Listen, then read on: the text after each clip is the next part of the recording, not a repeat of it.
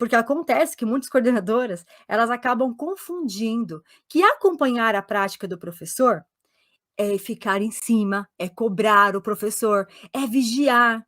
Muitas coordenadoras também confundem que acompanhar a prática do professor, eu preciso ter tempo. Eu só vou poder acompanhar o meu professor quando sobrar um tempo na coordenação. E eu te pergunto, quando é que vai sobrar esse tempo? Será? Será que é só quando sobrar um tempo? Não confunda, de jeito nenhum, acompanhar a prática do professor como vigiar, monitorar e nem ficar em cima. Isso só gera resistência, isso só piora o relacionamento, só gera para você problemas para resolver e o professor ele nem se sente acompanhado, apoiado, ele se sente vigiado. E eu te pergunto, coordenadora, quando você vigia o professor, ele se sente, na verdade, pressionado? Ele vai se sentir envolvido, vai ter engajamento na prática do professor, resultados na sala de aula ou desmotivação, comprometimento do seu trabalho, no seu trabalho e até mesmo no seu rendimento com os alunos? Com certeza, eu acredito que a sua resposta seja que quanto mais eu vigio o professor, menos resultado ele dá. Incrível isso, né? É contraditório se a gente parar para pensar. Mas, Marcélia, não seria o contrário? Se eu ficar em cima do professor, você fica lá vigiando, aí é que a coisa anda. Quem aqui já pensou dessa forma? Ou muitas vezes a gente escuta isso, né? Da direção, da gestão. Você precisa ficar em cima do professor, vigia. E aí? A vigilância não gera engajamento nem comprometimento do professor. A vigilância só gera desgaste, desmotivação e falta de interesse do professor em participar, porque ele só sente que ele é vigiado como se ele não fosse capaz de realizar um trabalho. Esse é um dos principais papéis que toda coordenadora tem.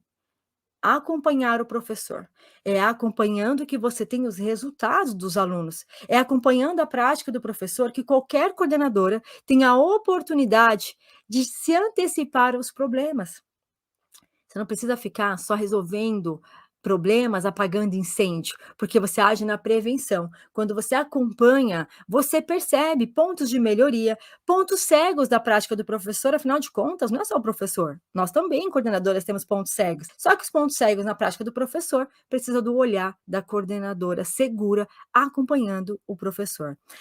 Além de você conseguir agir na prevenção, quando você acompanha o trabalho do professor, ele se sente apoiado e respeitado. Você desenvolve um trabalho em equipe, porque você está presente ali, não só quando o professor te chama, não só quando você quer alguma coisa, não só quando o problema está instalado e você fica em cima para vigiar se vai acontecer de novo. Não.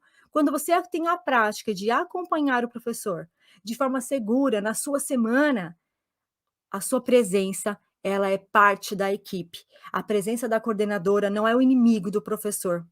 O professor ele para de ver a coordenação como inimigo, como vigia, como chefe. Ele vê a coordenadora como uma líder segura, que tem capacidade e habilidade e tem o respeito para estar à frente do grupo, orientando e liderando com segurança a sua equipe, dizendo qual norte seguir, por qual caminho podemos ir juntos. E não é, professor, siga por esse caminho, é professor, vamos juntos por este caminho. E o trabalho em equipe, ele nasce do comportamento de equipe que a coordenadora tem. E você demonstra quando esse comportamento de equipe? Nessas ações práticas do dia a dia, acompanhando o seu professor com segurança, não vigiando, mas orientando, não dificultando o trabalho, mas flexibilizando, auxiliando para que os obstáculos no processo de ensino-aprendizagem, para que os obstáculos no mundo da educação sejam superados pelo professor. Ele não está sozinho, ele precisa do seu apoio como coordenadora. Ele precisa sentir que você está ali para apoiar e não para julgar.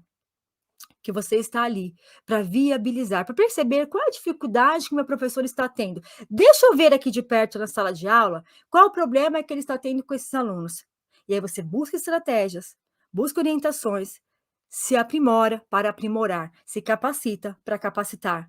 E aí você volta para o professor e apresenta orientações claras, resolutivas, que realmente contribuam para a prática do professor. Só que agora eu te pergunto, você pode fazer isso, orientar o professor de forma específica, de forma assertiva, se você não tiver acompanhado a realidade? Você até pode, agora não vai dar resultado. É onde muitas vezes você dá sugestões para os professores, traz orientações, e eles falam: mas isso aqui não cabe na realidade. Aí você ainda fala: "Nossa, mas o professor é tão resistente, não aceita nada que eu falei". Ele não aceita, ou o que você propôs não faz parte da realidade. Quiçá, cabe na prática da sala de aula, está bem longe daquela realidade.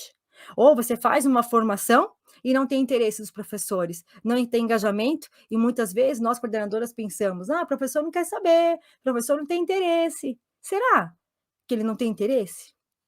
Ou será que aquilo que eu apresentei está longe da realidade que vai ajudar?